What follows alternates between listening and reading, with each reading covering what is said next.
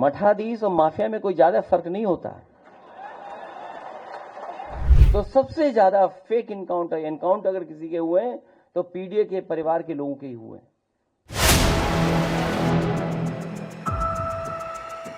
एक तरफ तो जहां ये लूट मची उत्तर प्रदेश में, वहीं अन्याय की सब सीमा टूट गई हैं। अभी हमें सुल्तानपुर के परिवार के सदस्य मिले जिनके बेटा इंजीनियर। कोई कल्पना कर सकता है आज के समय पर कि मुंह पर टेप लगा दिया जाए, हाथ पैर बांध दिए जाएं और पीट पीट करके उसकी जान ले ली जाए? क्या ये सुल्तानपुर की पहली घटना थी? इससे पहले भी इसी तरह की घटना हुई थी। अगर आपको याद हो कि भारतीय जनता पार्टी से संबंधित रखने वाले ने एक हत्या की थी वहीं पर सुल्तानपुर में। और अभी जो झूठी कहानी पढ़ी जा रही है एनकाउंटर को लेकर के, कोई ऐसा व्यक्ति नहीं है जो न जानता हो कि भारतीय जनता पार्टी की सरकार में झूठे एनकाउंटर हो रहे हैं, हत्या की जा रही है। जो मंगेश यादव की हत्या हुई है, गांव से लेकर के आसपास के लोग जानते हैं कि पुलिस रात में आई थी, उठा ले गई,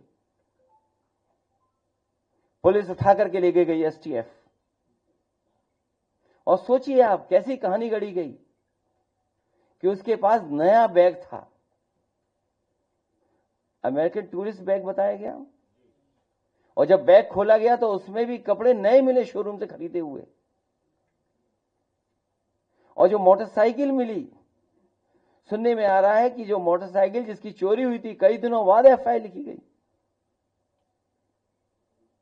और उसके घर परिवार के लोगों के मां का इनको दर्द समझ में नहीं आ रहा, बहन के आंसू नहीं समझ में आ रहे हैं।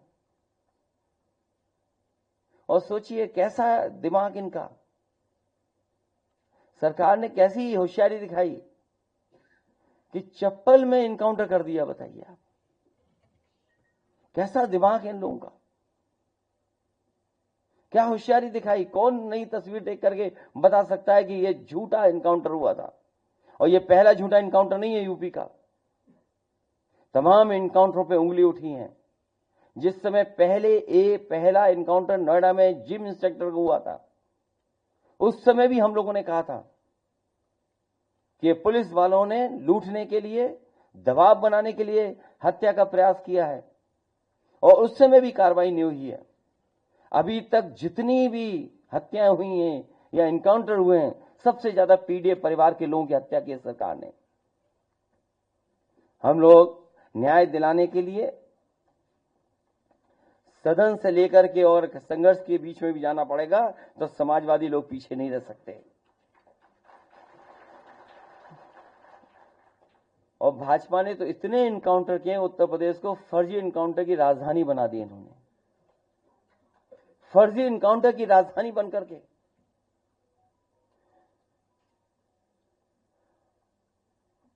और फिर नकारात्मक दिल वाले, और दिमाग विनाश कर सकता है, विकास नहीं कर सकता।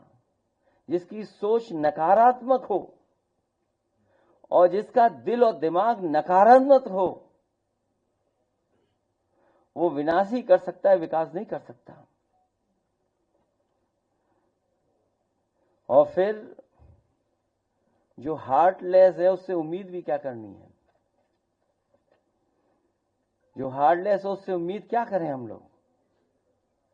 हालांकि वो वीडियो नहीं चलाना मैं चाहता हूं जो जिसमें भाषा क्या इस्तेमाल की गई है। अगर आप कहेंगे तो मैं वो भी चलवा दूंगा, हालांकि वो उचित नहीं है, अनपार्लियामेंट्री वर्ड्स हैं उसमें।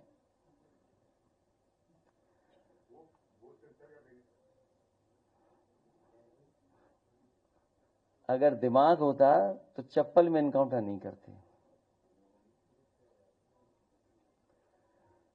इसलिए जहां ये सरकार लूट कर रही है, वहीं एनकाउंटर करके डराना चाहती है, और केवल बदनाम करने के लिए जानबूझ करके ढूंढ करके कि कौन है, किसको एनकाउंटर किया जाए, वो भी अधिकारी बैठ करके रणनीति बनाते हैं। सोचो, जो रात भर बैठ करके रणनीति बनाएंगे, उनसे क्या उम्मीद करोगे न्याय की आप? रणनीति इसी बात की बनाते हो कि हत्या करनी है, वो हत्या में न पकड़े जाएं, तुमसे उम्मीद क्या करोगे आप? केवल फेक इनकाउंटर नहीं, बल्कि संविधान ने जो अधिकार दिए हैं, उन अधिकारों को ये सरकार छीन रही है। 69,000 वाले बच्चे कितना आंदोलन कर रहे हैं, सोचिए, कोई कल्पना कर सकता है? लेकिन ऐसी साजिश, षड्यंत्र कि दोनों को भिड़ा दो, आप दोनों को लड़ा दो। इसलिए भाजपा किसी की सगी नहीं है, न इनकी न उनकी। भाजपा किसी की सगी नहीं हो सकती, केवल उन्हें अपना स्वार्थ सिद्ध होना चाहिए।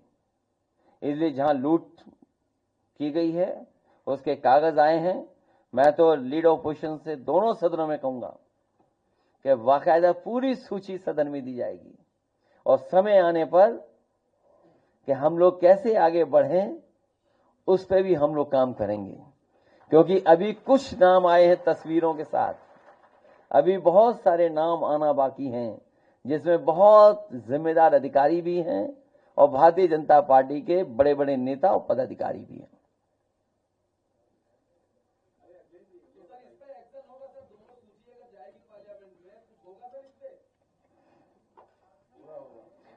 बिल्कुल होगा, अभी से ही होने लगा, कोई सवाल ही नहीं पूछ रहा भाई। वो तो देखिए अभी से ही असर दिखाई देने लगा है। और कौन नहीं जानता है, यहां जितने लोग बैठे हैं, मार्केट वैल्यू क्या है, सर्किट रेट कब बढ़ाया गया, ये तो कम से कम आपको भी पूछना चाहिए कि जब गरीब से जमीन ली जा रही थी उस समय सर्किट रेट क्यों नहीं बढ़ाया गया? कम से कम गरीब के घर में 2 पैसे ज्यादा आ जाते। लेकिन आप कारोबार करवाना चाहते थे, अपने लोगों को लाभ पहुंचाना चाहते थे।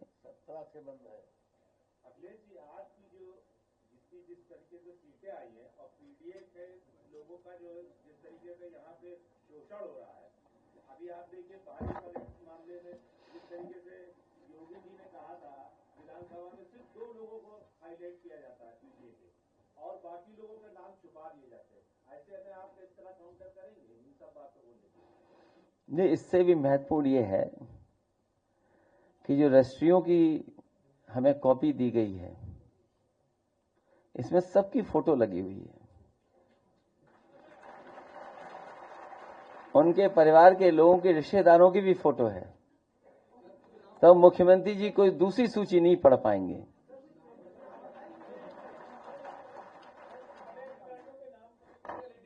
ये तो मैं समझता हूं, आप पत्रकार साथी हैं, आप भी खोजबीन में माहिर हैं, मुझे उम्मीद है इसके बाद आप खोजबीन करेंगे और तमाम अधिकारी और तमाम भारतीय जनता पार्टी नेताओं के आप भी निकालेंगे नाम और अखबारों में फ्रंट पेज पे छापेंगे आप।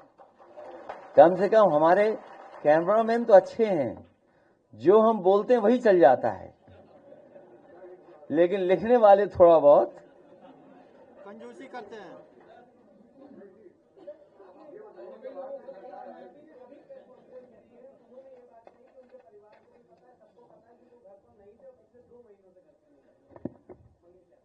मोटरसाइकिल कहां से आई आपने नहीं पूछा? वो बैग जो अमेरिकन एक्सप्रेस का नया दिखाई दे रहा है वो कहां मिला? कम से कम इतना तो दिमाग रखते कि चप्पल पहन करके खून बहते हुए तस्वीर न खिंचवाते।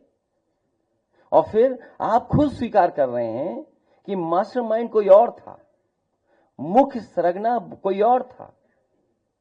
आप मास्टरमाइंड का क्यों नहीं इनकाउंटर किया?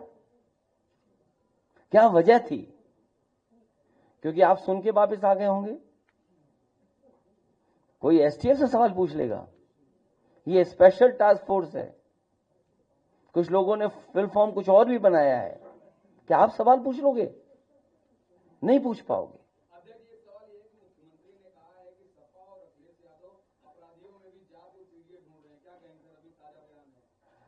मठाधीश और माफिया में कोई ज्यादा फर्क नहीं होता।